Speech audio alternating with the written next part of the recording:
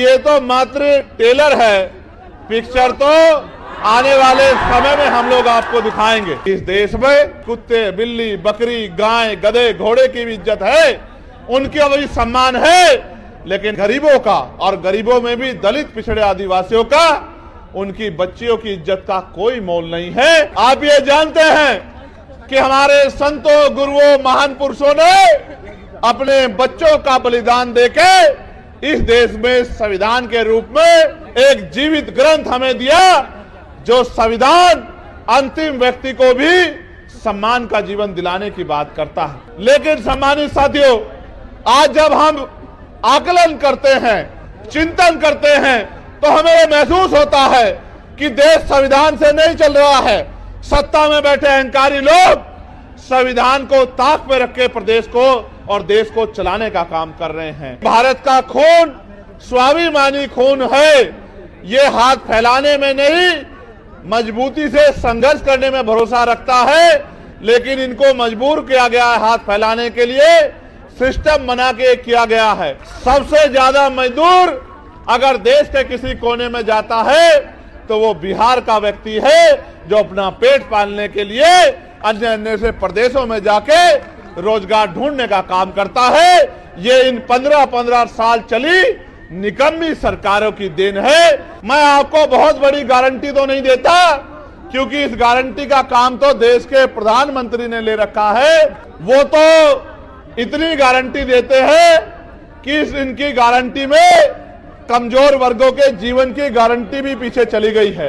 इसलिए मैं आपको एक ही गारंटी दे सकता हूं कि रोटी, कपड़ा, मकान, पीने के लिए साफ पानी, पहनने के लिए अच्छे कपड़े, अच्छी शिक्षा, अच्छी चिकित्सा और नौजवानों को, पढ़े लिखे नौजवानों को रोजगार, ये बहुत कोई बड़ा काम नहीं है। मैं आपको गारंटी देता हूं, अगर 1 साल के अंदर ये काम करके नहीं दिखाया तो जो आप कहोगे वो बात हम लोग स्वीकार कर लेंगे। आज हम सब लोग एक विशेष उद्देश्य के लिए पटना में इकट्ठा हुए हैं, और जब मैं यहां आया और जिस तरह का प्यार, जिस तरह की संख्या मैंने आपकी देखी, तो मेरा विश्वास मजबूत हुआ कि समाधान सुनिश्चित है। आपकी समस्याओं का समाधान आने वाले कल में सुनिश्चित है, क्योंकि जब जब आप अपनी समस्याओं के लिए ईमानदारी से काम करोगे और समस्या का हल ढूंढने का प्रयास करोगे, तो क्योंकि भारत में लोकतांत्रिक व्यवस्था है और बिहार तो लोकतंत्र के जननायकों में से बड़े बड़े नेता जिन्होंने बिहार में जन्म लिया, ये क्रांतिकारी धरती है। यहाँ की समस्याओं का हल तो बहुत जल्द सुनिश्चित हो जाएगा।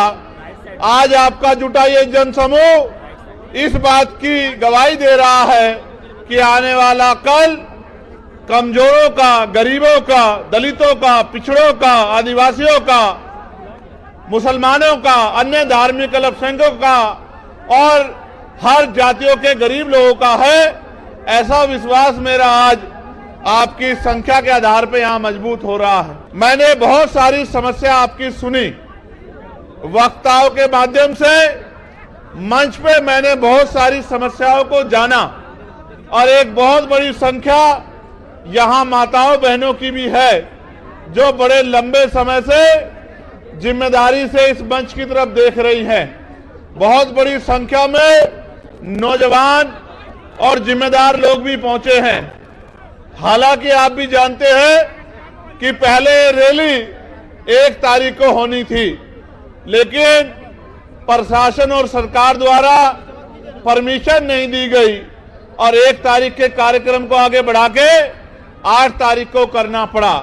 शायद सरकार की ये मंशा रही होगी कि जब 1 तारीख को कार्यक्रम नहीं होगा तो 8 तारीख का कार्यक्रम फेल हो जाएगा। लेकिन मैं ये समझता हूं कि वो आपकी शक्ति से अनभिज्ञ हैं, उनको आपके संघर्ष की जानकारी नहीं है, इसलिए उनको ऐसा लगा कि अगर एक की जगह कार्यक्रम किसी अन्य तिथि में होगा तो कार्यक्रम सफल नहीं होगा। मैं मुख्यमंत्री जी को ये कहना चाहता हूं कि ये तो मात्र टेलर है, पिक्चर तो आने वाले समय में हम लोग आपको दिखाएंगे। सम्मानित साथियों, ये देश 15 अगस्त 1947 को आजाद हुआ है। 14 अगस्त 1947 को हम लोग इस देश में ब्रिटिश हुकूमत के अधीन थे। ब्रिटिश हुकूमत के अधीन होने के कारण इस देश में बहुत सारे हक अधिकार हक वंचित समाज के लोगों को नहीं थे। यहां तक कि इस देश में सदियों से चली आ रही कुप्रथाएं भी थी, जिनमें विधवा विवाह न होना, बाल विवाह होना, महिलाओं को सती प्रथा जैसी कुरीतियों का सामना करना और भी ऐसी बहुत सारी कुरीतियां और प्रतिबंध लगा के हक वंचित समाज के लोगों को गरीबी, बेबसी, लाचारी और जुल्म जाति का जीवन जीने के लिए मजबूर किया गया था।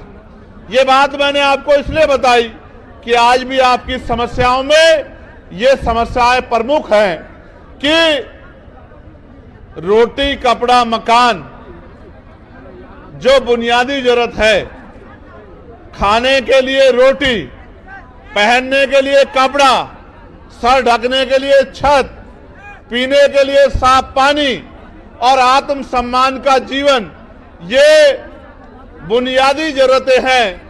75 साल की आजादी के बाद भी आज तक सरकारें अंतिम व्यक्ति को रोटी, कपड़ा, मकान, अच्छे कपड़े और पीने के लिए पानी की व्यवस्था कराने में कामयाब नहीं हो पाई। ये इस लोकतंत्र का सबसे बड़ा फेलियर है। जो काम आजादी के 10 सालों के अंदर हो जाना चाहिए था, वो काम आजादी के 75 सालों के बाद भी नहीं हुआ है। इसका उदाहरण ये है कि देश के प्रधानमंत्री कहते हैं कि हम 80 करोड़ लोगों को मुफ्त में राशन देते हैं। अगर इस देश में लोगों की जेब में पैसा होता, वो गरीबी के जीवन से निकल पाते, तो 80 करोड़ लोगों को मुफ्त में राशन नहीं देना पड़ता। क्योंकि भारत का खून स्वाभिमानी खून है। ये हाथ फैलाने में नहीं, मजबूती से संघर्ष करने में भरोसा रखता है, लेकिन इनको मजबूर किया गया है हाथ फैलाने के लिए, सिस्टम बना के किया गया है। मैं इसलिए आपसे कह रहा हूं और मैं तर्क के साथ आपको कहना चाहता हूं, मीडिया भी इस बात को दिखाएगा कि भारत के साथ साथ कई ऐसे अन्य कंट्रियां भी हैं, कई ऐसे देश भी हैं जो भारत के समकालिक या भारत के बाद आजाद हुए, और आज उन देशों में जाके देखोगे तो आपको एहसास होगा कि वो भारत से लगभग 50 साल आगे चल रहे हैं। जब एक समय पे आजाद हुए देश अगर बहुत दूर ना जाके यही चाइना को देखा जाए, भारत की इकोनॉमी, यहां के नेतागण 5 ट्रिलियन बनाने की बात करते हैं। अगर हम चाइना की इकोनॉमी से उसकी तुलना करें तो हम 1/4 पर भी नहीं पहुंच पाए हैं। एक समय में आजाद हुए देशों में इतना अलग अलग तरह का आर्थिक गैर बराबरी का जो उदाहरण मिलता है, ये इस बात का उदाहरण है कि आज भी इस देश का अंतिम व्यक्ति बुनियादी सुविधाओं से वंचित है। और मुझे कहने में कोई परहेज नहीं है कि इनमें भी दलित, आदिवासी और पिछड़े वर्ग के लोगों के हाल बहुत बुरे हैं।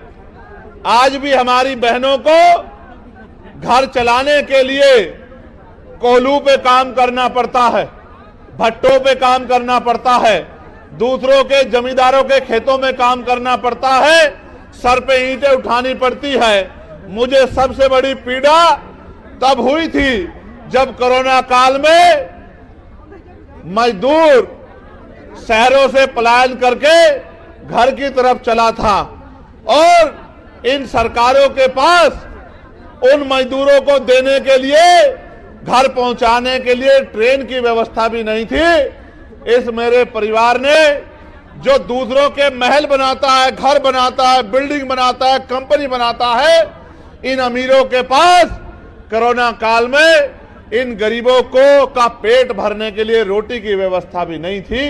मैंने देखा किस तरह मजदूर पलायन करके आया, कहीं ट्रेन के नीचे जाके मरा, कहीं भूखे पेट मरा, कहीं पानी की कमी के कारण मरा, और माए अपने बच्चों को बैग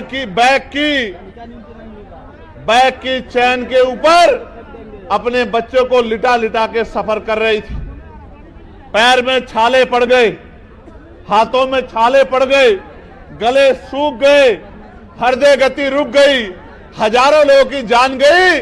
लेकिन यहां की और केंद्र की निकम्मी सरकार बैठ के गरीबों की मौत का तमाशा देखती रही। ये हमने अपनी आंखों से देखा। सबसे ज्यादा मजदूर अगर देश के किसी कोने में जाता है तो वो बिहार का व्यक्ति है, जो अपना पेट पालने के लिए अन्य अन्य से प्रदेशों में जाके रोजगार ढूंढने का काम करता है। ये इन 15-15 साल चली निकम्मी सरकारों की देन है, जिन सरकारों की वजह से आज भी यहाँ का पढ़ा लिखा नौजवान रोजगार नहीं पा पाता है, और माताओं बहनों को भी घर को चलाने के लिए मजदूरी करना पड़ता है। गरिमाई जीवन देने का काम भी सरकार नहीं कर पाई है। आज जब हम लोग आजादी का अमृत उत्सव बना रहे हैं, अभी पार्लियामेंट में सेंट्रल हॉल में ये कहा गया प्रधानमंत्री जी द्वारा कि 75 साल हो गए हैं, ये अमृत काल है। ये कैसा अमृत काल है जहां एनसीआरबी का डाटा ये कहता है कि रोज महिलाओं के शरीर की धज्जियां उड़ाई जाती है, सामूहिक बलात्कार होते हैं, महिलाओं को तेजाब से नहलाया जाता है, महिलाओं की अस्मत को रोंदा जाता है, महिलाओं को दफ्तरों में और दफ्तरों के बाहर और गांव में सामंती व्यवस्था के आगे अपने आत्मसम्मान की रक्षा वो नहीं कर पाती। ये भी हमारे सामने ही है। और व्यवस्था कहती है कि भारत एक ऐसा देश है जहां महिलाओं को पूजा जाता है। मेरे बराबर में मीडिया की बहनें खड़ी हैं, नीचे महिलाएं जो पुलिस की नौकरी कर रही हैं वो बहनें भी खड़ी हैं। कभी उनके मन से भी पूछ के देखना कि रात को 10-11 बजे क्या वो बिहार में या उत्तर प्रदेश में या देश के किसी भी प्रदेश में क्या ईमानदारी से निकल सकती हैं? सच ये है, वो अकेले तो छोड़िए, वो परिवार के साथ भी आज नहीं निकल सकती है। ऐसी ऐसी घटनाएं सामने आती है कि हृदय कांप जाता है, और कुर्सी में बैठे नेता और उनके चाटुकार अधिकारी ऐसी ऐसी घटनाओं पे आंखें बंद कर लेते हैं। जब मैं बिहार के साथियों से बात करता हूं तो पता लगता है 13 साल की बच्ची का रेप हुआ, 12 साल की बच्ची का रेप हुआ, 15 साल की बच्ची गायब हो गई, 2 सगी बहनें गायब हो गई, कहीं मार के 2 बहनों को लटका दिया गया। तो ऐसा महसूस होता है कि इस देश में गरीबों का, और गरीबों में भी दलित पिछड़े आदिवासियों का, उनकी बच्चियों की इज्जत का कोई मोल नहीं है। यहाँ इस देश में कुत्ते, बिल्ली, बकरी, गाय, गधे, घोड़े की भी इज्जत है, उनका भी सम्मान है, लेकिन इंसानों का सम्मान नहीं है। तो ये महसूस होता है कि ये सरकारें किसका काम कर रही हैं? क्या ये गरीबों का काम कर रही हैं या ये अमीरों का काम कर रही हैं? यहाँ हमारे सेना में घोर जातिवाद और अपमान का सामना करने वाले हमारे साथी भी यहाँ मौजूद हैं, जो लंबे समय से इस गैर बराबरी और इस अन्याय के खिलाफ लड़ रहे हैं। लेकिन मुझे बड़े कष्ट के साथ कहना पड़ रहा है कि ये सत्ता के पास भी गए और विपक्ष के बड़े बड़े नेताओं के पास भी गए, लेकिन इनकी समस्या का समाधान सरकार नहीं कर पा रही है। इसका मतलब सरकार नहीं चाहती कि सेना के साथियों के तिरंगे को उठाने वाले साथियों का सम्मान होना चाहिए। सम्मानित साथियों, मैं किस किस की पीड़ा आपके सामने रखूं? मैं तो ये समझता हूं आज नहीं तो कल इस देश के नौजवान को अपने गरिमामय जीवन के लिए संघर्ष करने के लिए खड़ा होना पड़ेगा। और जब तक इस देश का नौजवान और इस देश में भी बिहार का नौजवान अपने पैरों पे खड़ा होके इस जुल्म जाति, गरीबी, बेबसी, लाचारी की बेड़ियों को काटने का काम नहीं करेगा, तब तक इन सत्ता में बैठे फर्जी मसीहाओं के जरिए आपकी जिंदगी बदलने वाली नहीं। सम्मानित साथियों, आप ये जानते हैं कि हमारे संतों, गुरुओं, महान पुरुषों ने अपने बच्चों का बलिदान देके इस देश में संविधान के रूप में एक इतनी बड़ी शक्ति हमें दी, एक जीवित ग्रंथ हमें दिया जो संविधान अंतिम व्यक्ति को भी सम्मान का जीवन दिलाने की बात करता है, जो अंतिम व्यक्ति को भी गारंटी देता है रोटी, कपड़ा, मकान की, जो महिलाओं को भी पुरुषों के बराबर मुख्य धारा में खड़े होके सम्मान का जीवन देने की गारंटी देता है। लेकिन सम्मानित साथियों, आज जब हम आकलन करते हैं, चिंतन करते हैं, तो हमें महसूस होता है कि देश संविधान से नहीं चल रहा है। सत्ता में बैठे अहंकारी लोग संविधान को ताक पे रख के प्रदेश को और देश को चलाने का काम कर रहे हैं। नौजवान परेशान है, किसान परेशान है, सेना का जवान परेशान है, होमगार्ड के भाई परेशान है, चौकीदार परेशान है, महिलाएं परेशान हैं, ममता बहनें परेशान हैं। और अगर कोई परेशान नहीं है तो वो आपके राजभवन में और आपके विधानसभा में बैठे आपके नेता जो मोटी मोटी तनख्वाह लेके अपना और अपने बच्चों का ध्यान रखते हैं, अपने बच्चों को विदेशों में पढ़ाते हैं, अपने बच्चों का इलाज प्राइवेट हॉस्पिटल में कराते हैं और गरीब जनता को जुमला बोल बोल के बेवकूफ बनाने का काम करते हैं। मैंने पार्लियामेंट में अंतिम व्यक्ति के आवाज उठाने का काम किया, चाहे होमगार्ड के भाइयों की समस्या हो, चाहे चौकीदार भाइयों की समस्या हो, चाहे आशा आंगनबाड़ी बहनों की समस्या हो, मैंने सभी के लिए लड़ने का काम किया। पार्लियामेंट में मैंने ये कहा कि इस देश को अगर आगे बढ़ाना है तो इस देश में सबसे पहले ये जो शिक्षा का बाजारीकरण किया गया है, इस बाजारीकरण के जरिए जहां महंगी शिक्षा एक तरफ है जहां अमीर के बच्चे पढ़ते हैं और एक तरफ सरकारी शिक्षा है जहां गरीब के बच्चे पढ़ते हैं, इस भेदभाव को खत्म करना होगा। और प्रधानमंत्री, राष्ट्रपति से लेके मुख्यमंत्री, विधायक, सांसद और क्लास 1 के अधिकारी से लेके 4th क्लास के कर्मचारी तक के बच्चों का, गांव के सरपंच से लेके और विधायक, MP सबके बच्चों का की पढ़ाई सरकारी स्कूल में होनी चाहिए, जहां किसान का बच्चा बैठ के पढ़ता है, जहां मजदूर का बच्चा बैठ के पढ़ता है, उसी टेबल पे मंत्री, विधायक, सांसद, मुख्यमंत्री, राज्यपाल का बच्चा भी पढ़ना चाहिए। तब जाकर जब DM का बच्चा उसी कुर्सी पे क्लास में बैठा होगा, जब SP का बच्चा उसी क्लास में बैठा होगा और आपके मेरे गरीब परिवार का बच्चा भी उसी क्लास में बैठा होगा, एक समान शिक्षा मिलेगी, तब जाके शिक्षा के दरवाजे परमानेंट के लिए, गरीबों के लिए खुल जाएंगे और ये गरीब अमीरों को पछाड़ के अपनी गरीबी की बेड़ियां काटने का काम करेंगे। जब मैंने ये आवाज उठाई तो सत्ता में बैठे लोगों को बड़ी तकलीफ हुई। जब मैंने ये आवाज उठाई तो सत्ता में बैठे लोगों को बड़ी तकलीफ हुई। वो तकलीफ इसलिए हुई कि जब मैंने प्राइवेट स्कूलों पे उनको बंद करने की बात की तो जिन नेताओं ने प्राइवेट स्कूल खोले हैं उनको लगा चंद्रशेखर तो उनके रोजगार को बंद करवा देगा। मैं ये कह रहा हूं, नेताओं का रोजगार बंद होता हो तो हो जाए, गरीब के बच्चों के आगे बढ़ने का रास्ता बंद नहीं होना चाहिए। क्योंकि बाबा साहब अंबेडकर ने कहा था कि शिक्षा शेरनी का दूध है, जो पिएगा वो दहाड़ेगा। आज अगर मैं अपनी बात को रख रहा हूं तो इसी शिक्षा की वजह से रख रहा हूं कि मुझे शिक्षित होने का मौका मिला है और मैं लोगों की समस्या को समझ सकता हूं और सरकार को समझा सकता हूं। पार्लियामेंट में कि अगर इस देश को बदलाव करना है तो हेल्थ पॉलिसी में सुधार की जरूरत है। पूछा गया कैसी होनी चाहिए, मैंने कहा होनी ऐसी चाहिए कि गरीब के बच्चों को भी, गरीब आदमी को भी सरकारी अस्पताल में इलाज के लिए सरकार कहती है कि हमने बड़े अच्छे सरकारी अस्पताल बना दिए हैं। बिहार के लोगों को तो मैं ये कहूंगा कि मैंने बाढ़ में आपके तैरते हुए हॉस्पिटल देखे, मैंने आप छोड़िए, गया को छोड़िए, मोतिहारी को छोड़िए, बक्सर को छोड़िए, मैंने तो पटना के हॉस्पिटलों में 2-2 फीट पानी भरा हुआ देखा है, स्ट्रेचर तैरती हुई देखी है, दवाइयां तैरती हुई देखी है। यही डबल इंजन की सरकार का विकास है बिहार में, जो किससे छिपा हुआ नहीं।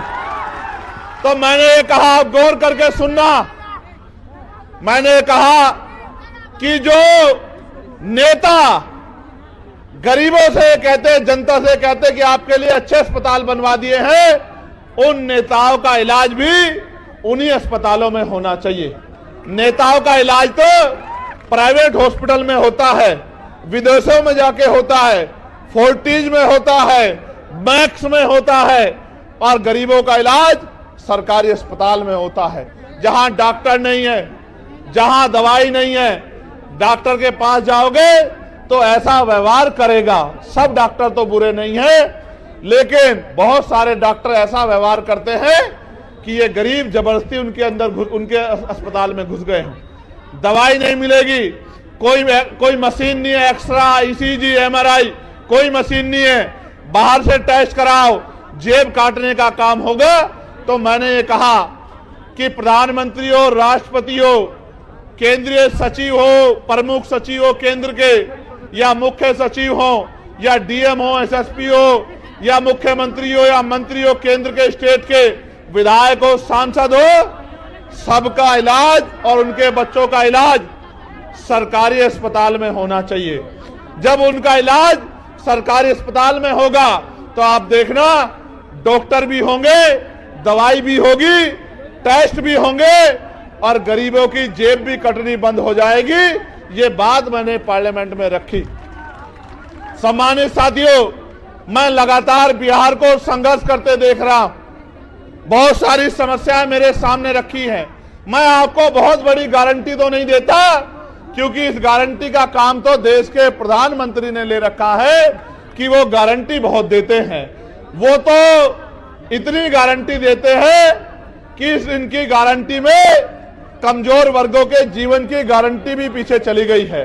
इसलिए मैं आपको एक ही गारंटी दे सकता हूं कि रोटी, कपड़ा, मकान, पीने के लिए साफ पानी, पहनने के लिए अच्छे कपड़े,